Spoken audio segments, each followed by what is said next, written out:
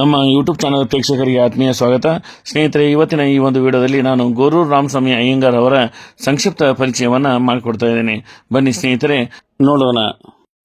ಗೋರೂರು ರಾಮಸ್ವಾಮಿ ಅಯ್ಯಂಗಾರ್ ಅವರು ಆಧುನಿಕ ಕನ್ನಡ ಸಾಹಿತ್ಯದ ಮೊದಲ ತಲೆಮಾರಿನ ಬರಹಗಾರರಲ್ಲಿ ಒಬ್ಬರಾಗಿದ್ದಾರೆ.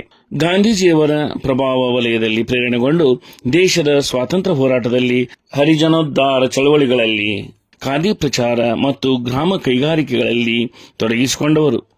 ಲೋಕಮಿತ್ರ ಎಂಬ ಪತ್ರಿಕೆಯ ಉಪಸಂಪಾದಕರಾಗಿ, ಆಂಧ್ರ ಪತ್ರಿಕೆ ಮತ್ತು ಭಾರತೀಯ ಪತ್ರಿಕೆಗಳ ಕನ್ನಡ ಸಮಾಚಾರದ ಲೇಖಕರಾಗಿ ಕೆಲಸ ಮಾಡಿದವರು. ಬೆಂಗಳೂರಿನ ಅಖಿಲ ಭಾರತ ಚರಕ ಸಂಘದ ಖಾದಿ ವಸ್ತ್ರಾಲಯದ ಸಂಚಾಲಕರಾಗಿದ್ದರು. ಸ್ವಾತಂತ್ರ್ಯ ಹೋರಾಟದ ಕಾರಣಕ್ಕಾಗಿ ಸೆರೆವಾಸವನ್ನು ಅನುಭವಿಸಿದವರು. ಸ್ವಾತಂತ್ರ್ಯದ ನಂತರ ರಾಜ್ಯದ ವಿಧಾನ ಪರಿಷತ್ತಿನ ಸದಸ್ಯರಾದವರು ಮತ್ತು ಕರ್ನಾಟಕ ಏಕೀಕರಣಕ್ಕಾಗಿ ಶ್ರಮಿಸಿದವರು. 1904 ರಿಂದ 1991ರವರೆಗೆ ಬಾಳಿ ಬದುಕಿದವರು ಇವರಾಗಿದ್ದಾರೆ. ಪ್ರಬಂಧ, ಕತೆ, ಕಾದಂಬರಿ, ಪ್ರವಾಸಕಥನ, ವಿಮರ್ಶೆ, ಜೀವನ ಚರಿತ್ರೆ, ಅನುವಾದ ಹೀಗೆ ಸಾಹಿತ್ಯದ ಹಲವಾರು ಪ್ರಕಾರಗಳಲ್ಲಿ ತಮ್ಮನ್ನು ತಾವು ತೊಡಗಿಸಿಕೊಂಡು ಕೊಡುಗೆಯನ್ನು ನೀಡಿರುವಂತವರು ಇವರಾಗಿದ್ದಾರೆ. ಪ್ರಬಂಧ ಸಾಹಿತ್ಯದಲ್ಲಿ ತಮ್ಮದೇ ಆದ ಛಾಪನ್ನು ಮೂಡಿಸಿದವರು ಗೋರೂರು ರಾಮಸ್ವಾಮಿ ಅಯ್ಯಂಗಾರ್ ಅವರು ಎಂದು ನಾವು ಹೇಳಬಹುದು.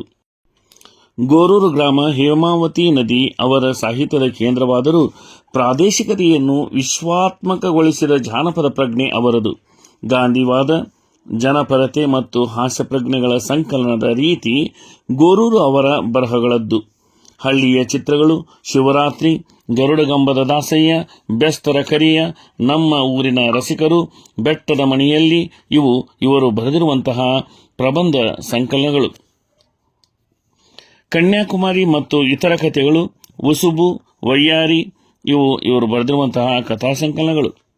ಪುನರ್ಜನ್ಮ, ಮೆರವಣಿಗೆ, ಹೇಮಾವತಿ ಇವು ಇವರು ಬರೆದಿರುವಂತಹ ಕಾದಂಬರಿಗಳು. ಅಲ್ಲದೆ ಇವರು ವಿಮರ್ಶೆ, ವೈಚಾರಿಕ, ಜೀವನ ಚರಿತ್ರೆ, ಅನುವಾದ ಹೀಗೆ ಹಲವಾರು ಕೃತಿಗಳನ್ನು ಪ್ರಕಟಿಸಿದ್ದಾರೆ. ಅಮೆರಿಕಾದಲ್ಲಿ ಗೋರೂರು ಕನ್ನಡ ಪ್ರವಾಸ ಕಥನಗಳಲ್ಲಿಯೇ ವಿಶಿಷ್ಟವಾದುದು. ಈ ಕೃತಿಗೆ 1980ರ ಕೇಂದ್ರ ಸಾಹಿತ್ಯ ಅಕಾಡೆಮಿ ಪ್ರಶಸ್ತಿ ಬಂದಿದೆ.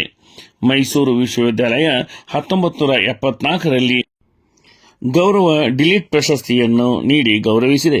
1982ರಲ್ಲಿ ಸಿರಸಿಯಲ್ಲಿ ನಡೆದ ಕನ್ನಡ ಸಾಹಿತ್ಯ ಸಮ್ಮೇಳನದ ಅಧ್ಯಕ್ಷರಾಗಿ ಇವರು ಸ್ಥಾನವನ್ನು ಅಲಂಕರಿಸಿದ್ದರು. ಇದಿಷ್ಟು ಗೋರೂರು ರಾಮಸ್ವಾಮಿ ಅಯ್ಯಂಗಾರ್ ಅವರ ಸಂಕ್ಷಿಪ್ತ ಪರಿಚಯವಾಗಿದೆ. ಸ್ನೇಹಿತರೆ, ನಮ್ಮ ಈ ಒಂದು ಚಾನಲ್ನ ಇಲ್ಲಿವರೆಗೂ ಸಬ್ಸ್ಕ್ರೈಬ್ ಮಾಡ್ಕೊಳ್ಳದೆ ನೋಡ್ತಾ ಇದ್ದರೆ ದಯವಿಟ್ಟು ನಮ್ಮ ಚಾನಲ್ನ ಹಿಂದೆ ಸಬ್ಸ್ಕ್ರೈಬ್ ಮಾಡ್ಕೊಳ್ಳಿ. ಹಾಗೂ ಈ ವಿಡಿಯೋ ಹೆಚ್ಚು ಜನ ವಿದ್ಯಾರ್ಥಿಗಳಿಗೆ ತಲುಪುವಾಗೆ ಶೇರ್ ಮಾಡಿ ಮತ್ತು ಇದನ್ನು ಲೈಕ್ ಮಾಡೋದನ್ನು ಮರಿಬೇಡಿ ಅಂತ ಹೇಳಿ ಈ ಒಂದು ವಿಡಿಯೋವನ್ನು ನಾನು ಇಲ್ಲಿಗೆ ಮುಗಿಸ್ತಾ ಇದ್ದೇನೆ. ಮುಂದಿನ ವಿಡಿಯೋದಲ್ಲಿ ಮತ್ತೆ ನಾವು ಭೇಟಿಯಾಗೋಣ. ಧನ್ಯವಾದಗಳು. ಜೈ ಹಿಂದ್, ಜೈ ಕರ್ನಾಟಕ.